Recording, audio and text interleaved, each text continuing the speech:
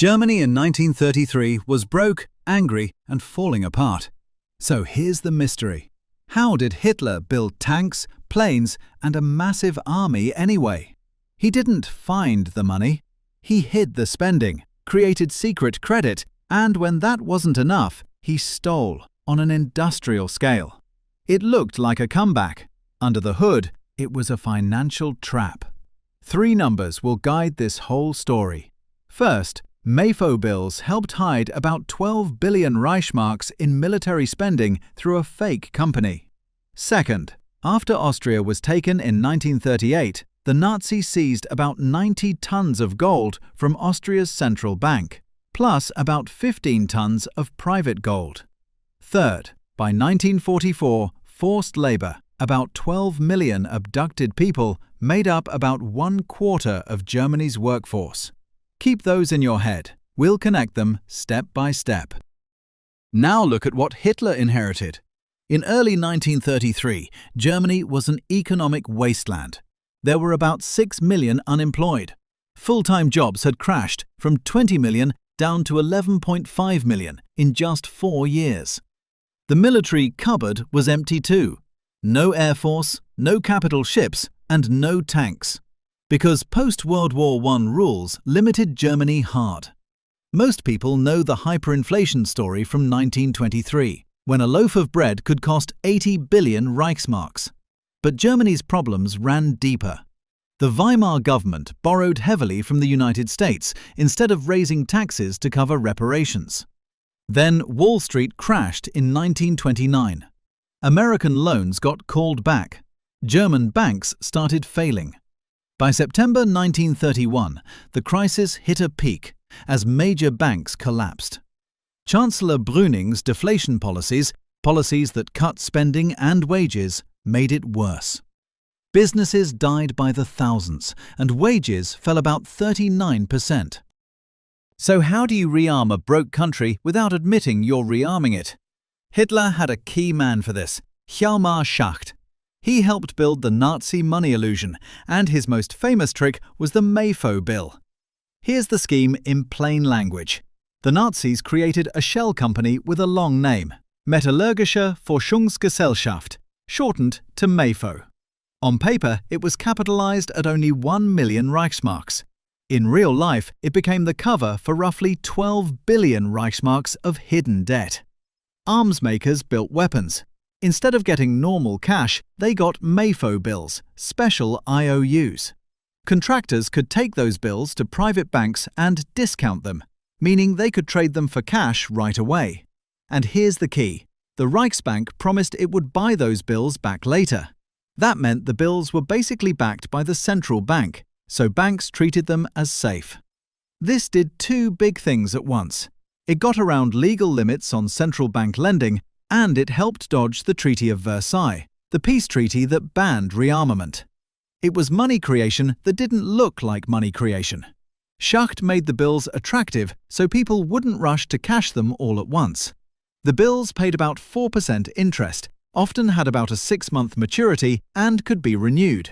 So they stayed in circulation instead of exploding all at once. By 1938, huge military spending was hidden off the books. Schacht even bragged that rearmament was financed using blocked assets of political opponents held in foreign deposits. But Mefo bills were only one part. The bigger plan was to hide the entire military build-up from the world, and from Germans who might panic if they saw the real price tag.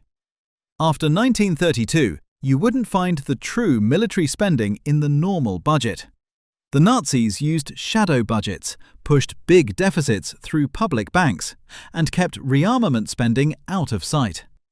By 1935, the military was taking a massive share of government spending, while much of it stayed hidden.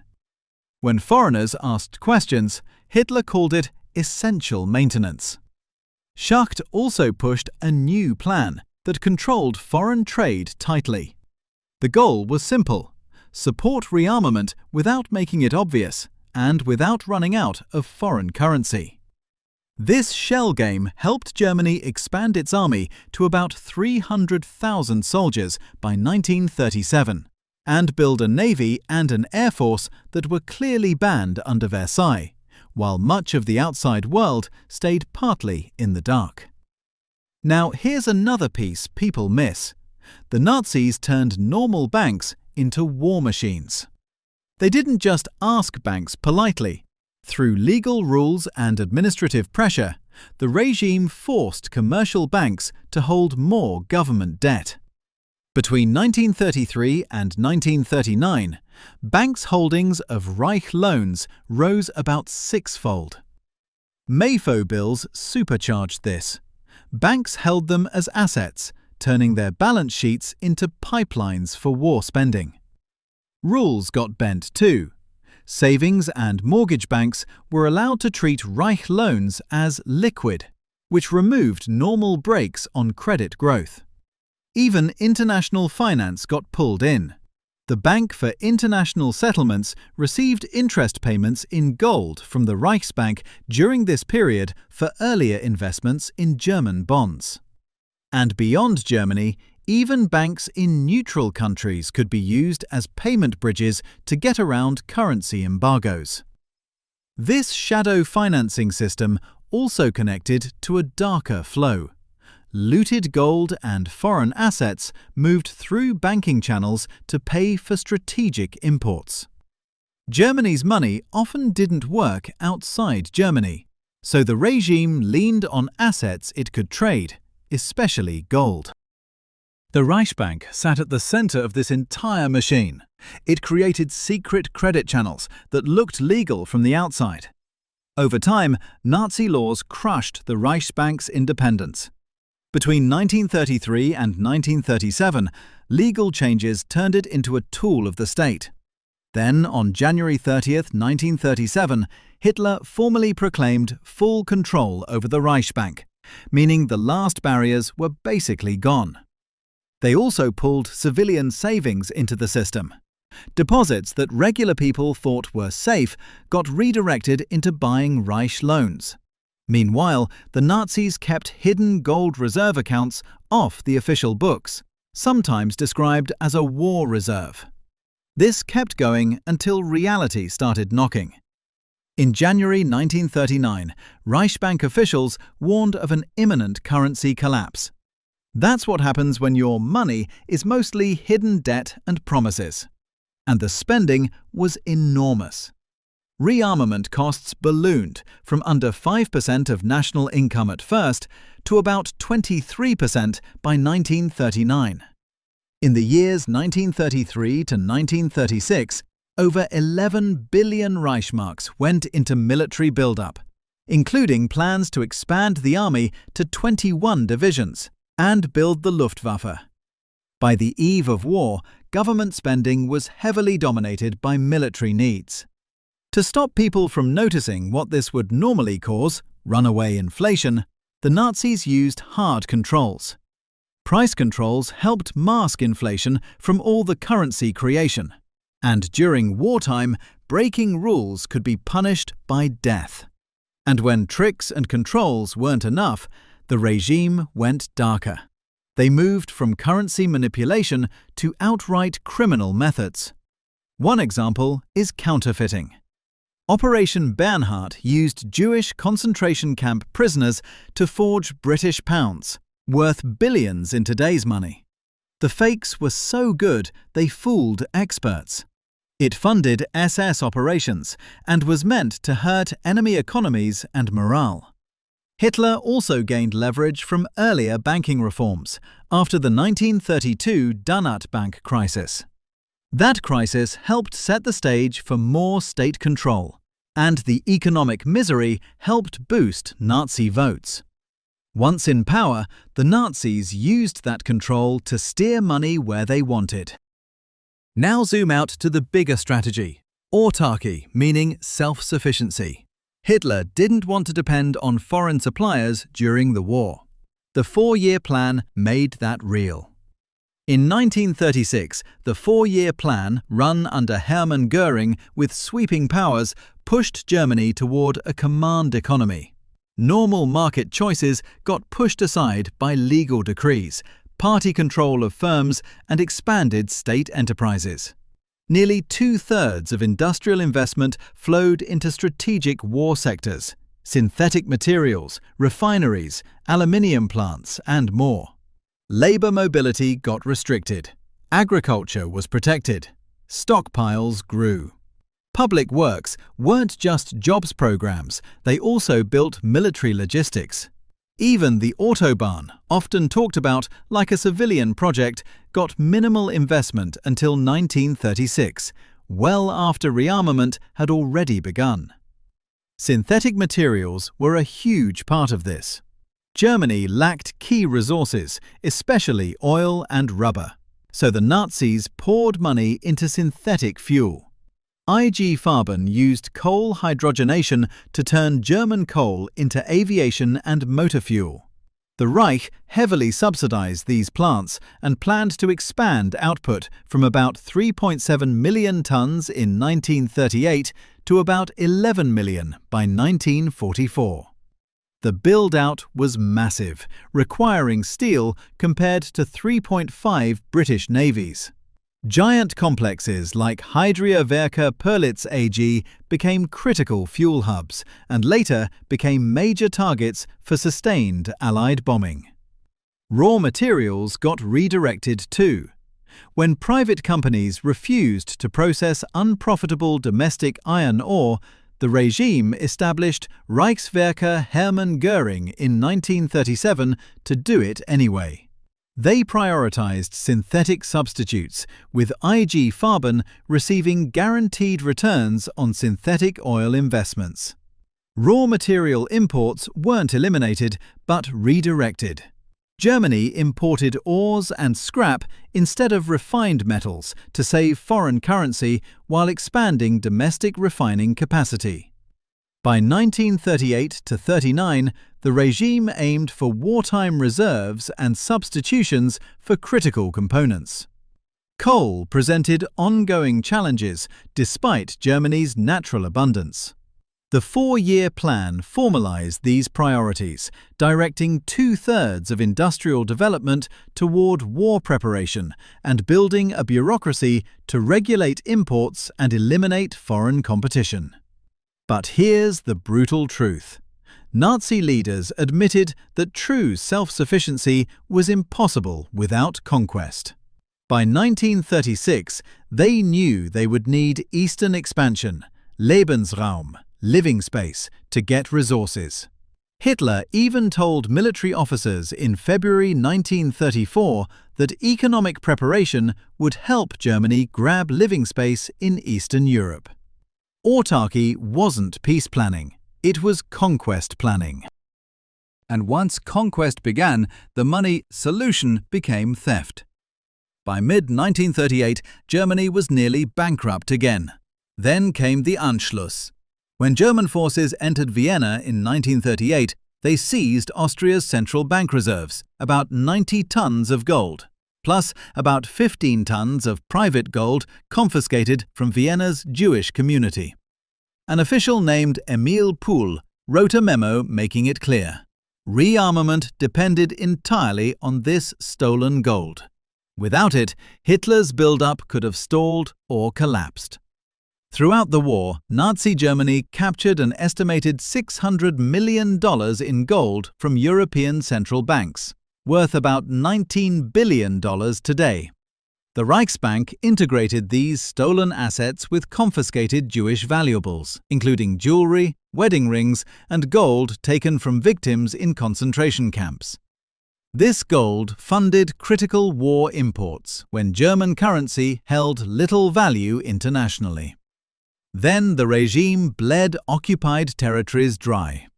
Estimates say about 93.6 billion Reichsmarks were extracted through central bank looting, forced loans, and requisitions, forced takeaways. If you add unpaid booty and forced labor, the total rises to about 118.2 billion Reichsmarks, around 28.6% of Germany's total war costs.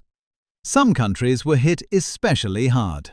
Norway faced the highest per-person extraction, at about 2,379 each. The Netherlands paid about 1,667 per person. France, oddly, paid the least per person, at about 955 ringgit. And some argue this inefficiency cost Hitler as much as 30 billion ringgit in lost potential extraction. The economic damage was huge. France saw about a 50% reduction in legal economic activity. The Netherlands saw its economy shrink by about 25%. Germany used many methods to drain these places, emptying national treasuries, forcing sales of raw materials at rock-bottom prices, and manipulating exchange rates so German soldiers could buy goods cheaply and ship them home by the millions. Occupied governments were forced to finance their own occupation through levies and contribution payments. The Nazis also expanded conventional revenue streams through increased turnover taxes, excise duties, and wage withholding across occupied regions. They used local tax authorities to collect the money, building a continent-wide extraction system. And there was another resource the Nazis stole: human beings. Forced labor was a core part of the Nazi economy. About 12 million people were abducted from nearly 20 European countries to work in Germany. By 1944, forced laborers were about 1/4 of Germany's workforce and produced about 7.5% of the Reich's GNP, the country's total output.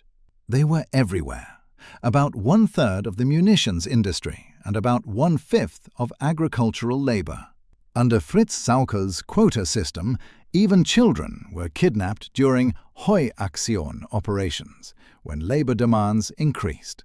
The Nazi classification system built a racial hierarchy among workers, with especially brutal treatment for Eastern forced workers, often called Zwangsarbeiter. Without this human plunder, Hitler's war effort would have collapsed years earlier. The regime also ran massive asset seizure programs, especially against Jews, first in Germany and then across Europe. After 1938, Jewish wealth was targeted immediately. Following the Anschluss, Jewish property faced a 25% wealth tax. Following Kristallnacht, Jews faced additional levies, foreclosures, and forced transfers. Aryanization moved Jewish assets to non-Jews. In occupied territories, victims had to register possessions before deportation. Nazi officials claimed they believed Jews owned 20% of Germany's wealth, despite being less than 1% of the population, which fueled their obsession with confiscation. By 1941, all remaining Jewish assets were automatically forfeited to the Reich through the 11th decree. Financial institutions participated in this organized theft, funneling billions of Reichsmarks into state coffers. One figure often cited is that 58% of registered Jewish assets ended up taken by the state. The Nazis also used taxes as a weapon. They built a two-track system, one for Aryans and a more predatory one for targeted groups. The Reich flight tax confiscated 25% or more from people trying to emigrate. In 1934, the Nazis lowered the taxable asset threshold from 200,000 Reichsmarks to 50,000 Reichsmarks, sharply increasing revenue from that tax. Across Nazi-controlled Europe, occupation levies forced local governments to pay, while Germans seized bank reserves and foreign exchange accounts. And the plunder wasn't only from governments. Conquered territories were stripped of food, raw materials, and wealth. Banks helped. Major firms benefited. Some banks, like Dresdner, were linked to Aryanization deals. Corporations exploited forced labor. Even companies tied to the SS economy profited from mass violence, turning murder into business. All of this, hidden credit, forced bank buying, price controls, synthetic industry, looting and slavery, created the image of strength. But it also built a mountain of debt. Germany's debt skyrocketed from about 30.9 billion marks in 1939 to over 380 billion by 1945. By 1944, interest payments alone consumed about 40% of tax revenue. The regime relied more and more on short-term and secret borrowing as normal options failed. Germany extracted about 45 billion marks from occupied nations by 1943, but it still couldn't keep up with the exploding costs. This is why conquest wasn't just ideology, it was part of the financing plan. The model needed constant expansion just to delay collapse. After the war, Germany later received major relief, about 50% debt cancellation through the 1953 London Agreement, which helped post-war recovery. But Hitler's wartime system had no peaceful exit. So when you ask, how did Hitler fund a huge military when Germany was broke? The real answer is ugly.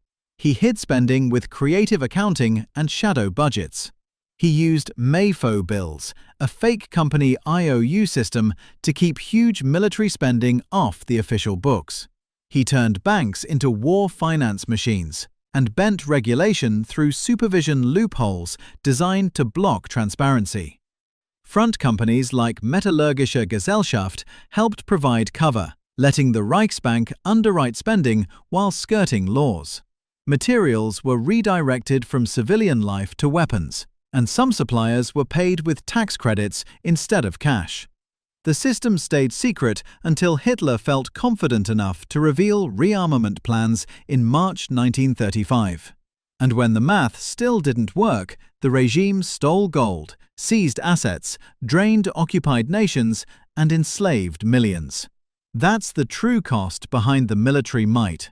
Nazi Germany didn't solve its economic problems. It covered them up, pushed them forward, and tried to pay the bill with conquest and robbery. For a while, it looked like a miracle, but it was an illusion, one that could only survive by expanding, stealing, and crushing people. And in the end, the bill came due. In January 1939, the people inside Hitler's money system felt something crack. Not on a battlefield, not in a factory, in offices, in ledgers, in quiet meetings where men stared at numbers that didn't care about speeches, because the trick that built the war machine had a deadline. Those secret IOUs were never meant to last forever, and now the rollover game was hitting its limits. Picture a simple question moving through Berlin. When do we pay this back? And right behind it, with what? That's when Hitler's war money started to break. Germany was already running a war economy before the war even began. But once fighting started in 1939, the costs stopped being plans and became daily reality. Guns needed bullets, planes needed fuel, tanks needed steel, trains needed coal. And the bigger the war got, the faster the bills piled up. Here's the wall they hit. A government can print paper money. It can create credit. It can force banks to hold debt. But it cannot print oil.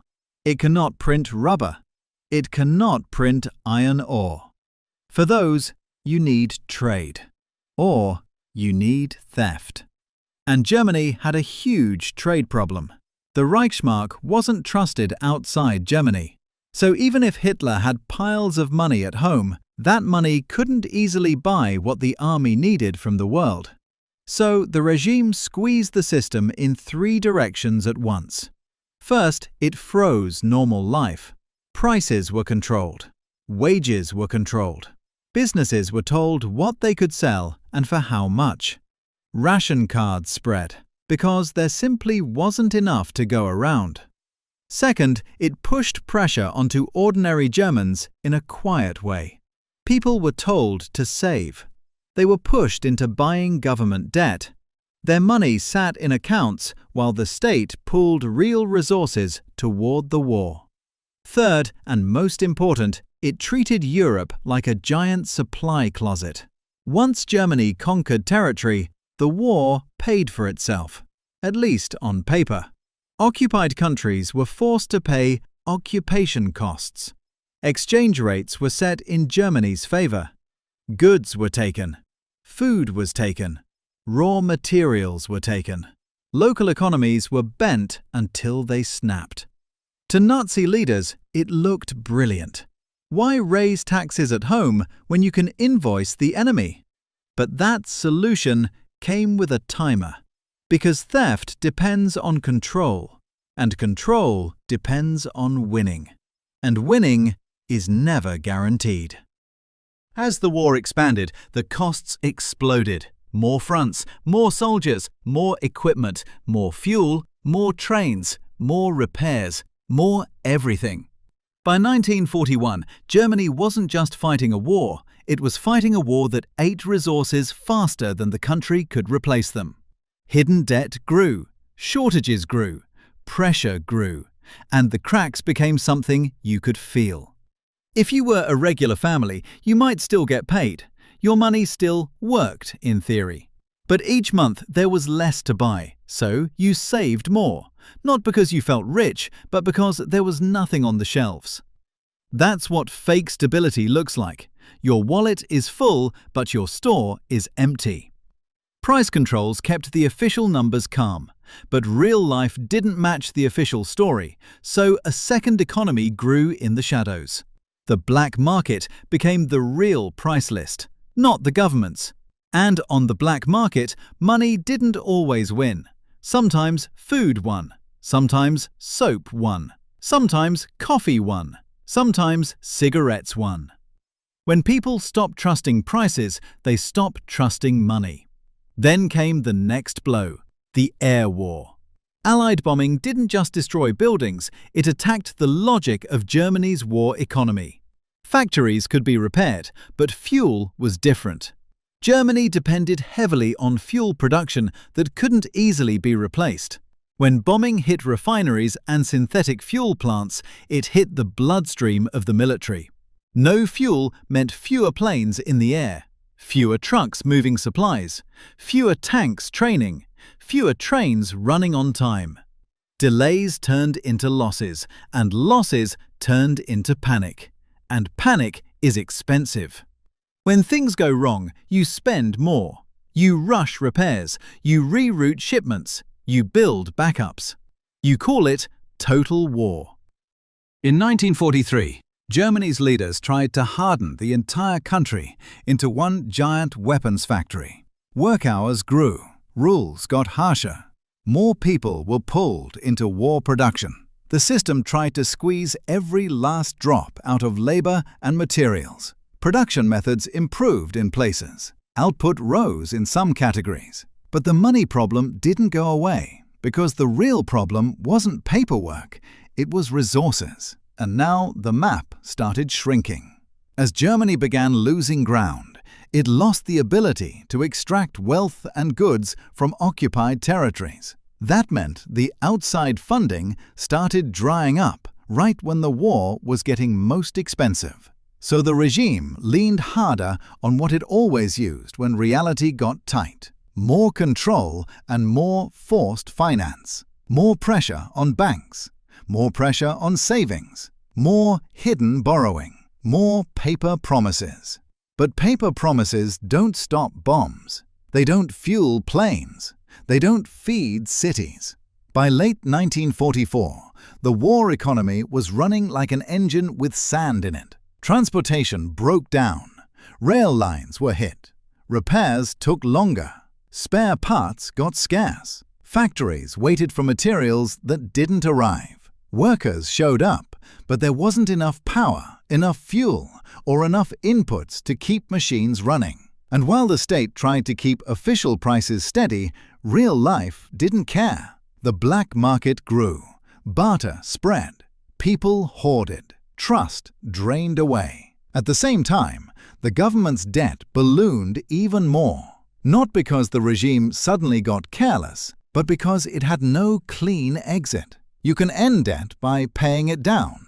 But paying it down requires a stable economy and a stable future. Germany had neither.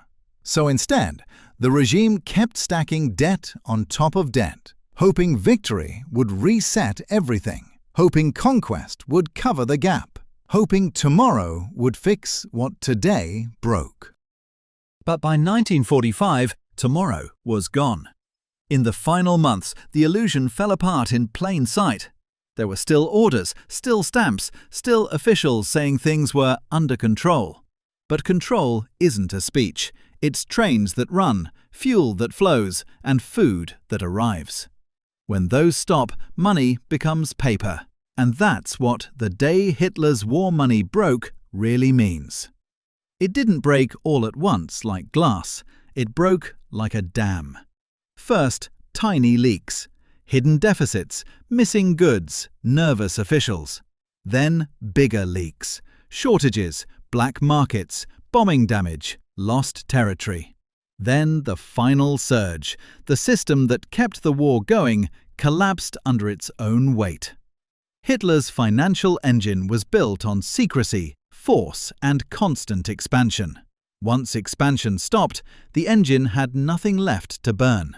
And when the engine dies, the war dies with it. Next time, the question gets even sharper. Germany surrendered. But what happened to the money in people's pockets the next day?